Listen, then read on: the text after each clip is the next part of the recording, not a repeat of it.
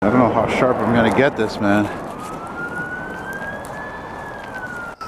I thought so. It's a cop.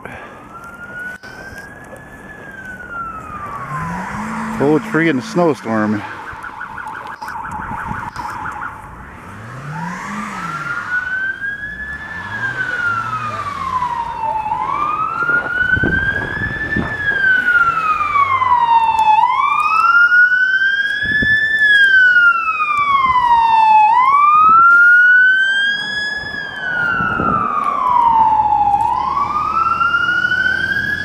Well, there you go. I was just pissed off because I should have stayed on the bus I was on because it is freezing. It is like a blizzard now. And here I get this cruiser responding. See, everything happens for a reason.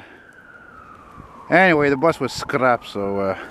And the other 55, which is, I guarantee you, still stuck in the same fucking spot as the one I was on.